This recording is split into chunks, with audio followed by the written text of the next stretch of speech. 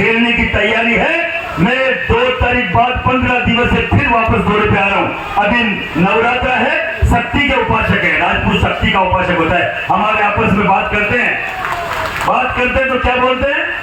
जय माता जी की। क्या बोलते हैं? जय माता जी बोलते ना। आप भी आपस में जब भी बोलो जय माता जी की बोला करो, मालूम चले क्षत्रिय का एक क्षत्रिय से मिलन हो रहा है। कोई भी देखते ही पहचान जाएगा राजपूत है और जय माता जी कर रहे।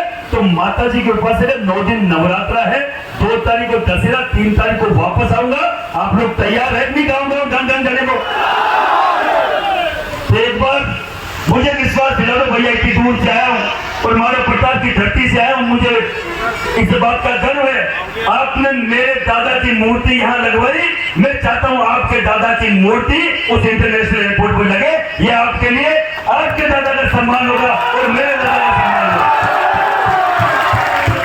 मेरे सीनियर लीडर प्रभुनाथ सिंह जी बाहर निकले, ये आपके नेता का सम्मान है, ये मेरे भाई जैसे मेरे नेता का भी सम्मान है, क्योंकि हम आप दिल के लड़ेंगे।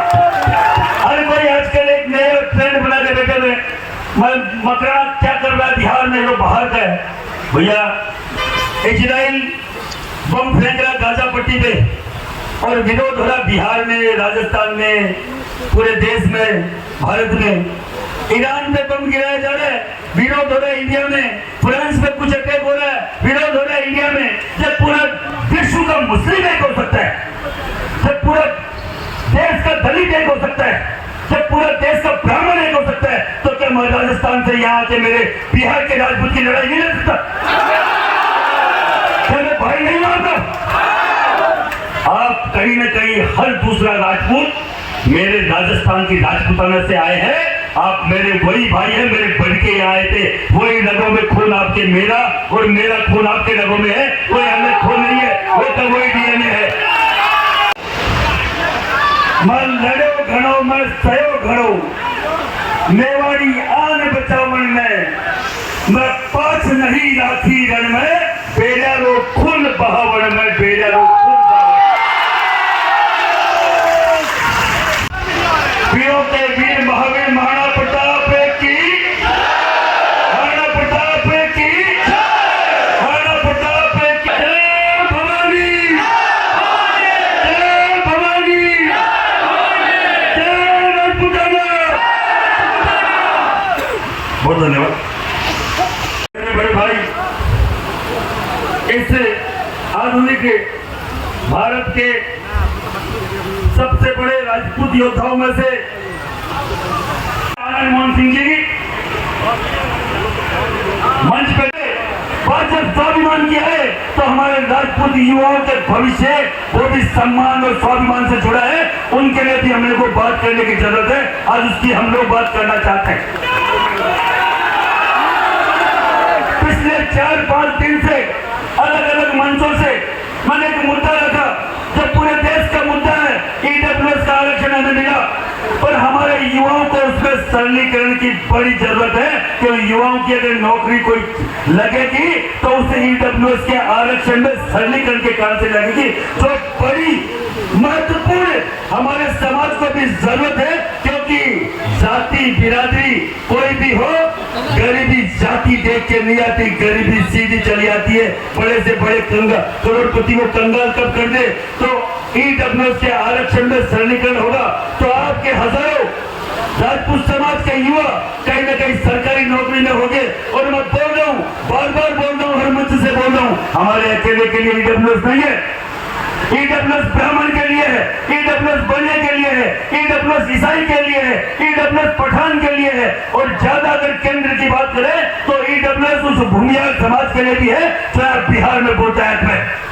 हम सबकी बात करने वाले लोग हैं, हम पे हर कोई उंगली उठा देता है, हम पे हमारे खिलाफ हर कोई अगड़े पिछड़े की बात कर देता है। अरे भैया, अगड़ा पिछड़ा अगर राजपूत करता तो ये जो आज पूरा भारत देख रहे हो, 564 रियासतें हमारे बाप दादाओं की थी, तुम्हारे बाप दादाओं की नहीं।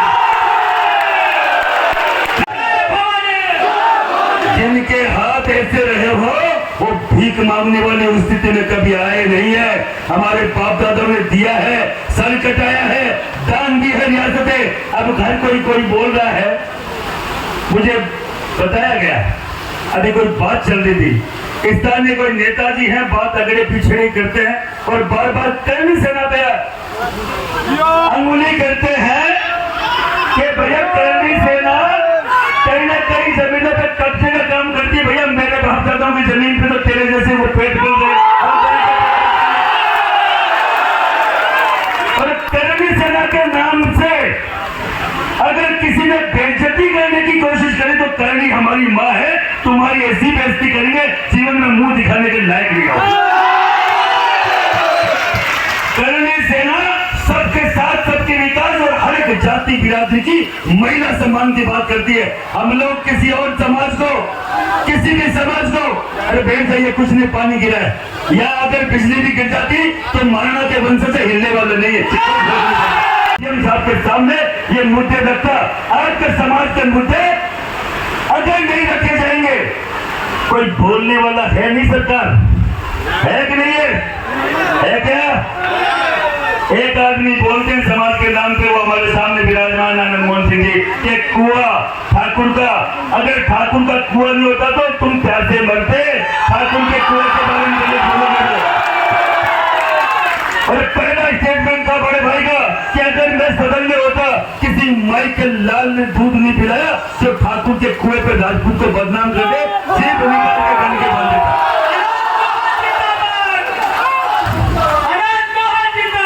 जिंदाबाद जिंदाबाद।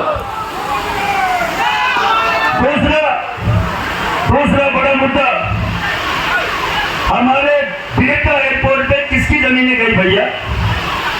मैं पूछना चाह रहा हूँ, बीटा एयरपोर्ट में सबसे ज्यादा जमीनें किसके गई? राजपूत की गई ना। जमीनें सब कटा के आई थी। क्या कटा के आई थी? पैसे में खरीदी हुई जमीन नहीं है। उसे केवल एक काम चल रहा है, राजपूत की राजनीति को खत्म कर दो। कोई भी बड़ा छत्रप खड़ा हो उसको कैसे भी गिरा लो, पटक लो, उसको कमजोर कर दो। ये सालों से राजनीति, 50-60 सालों से ये रणनीति पे हर एक पार्टी काम कर रही है।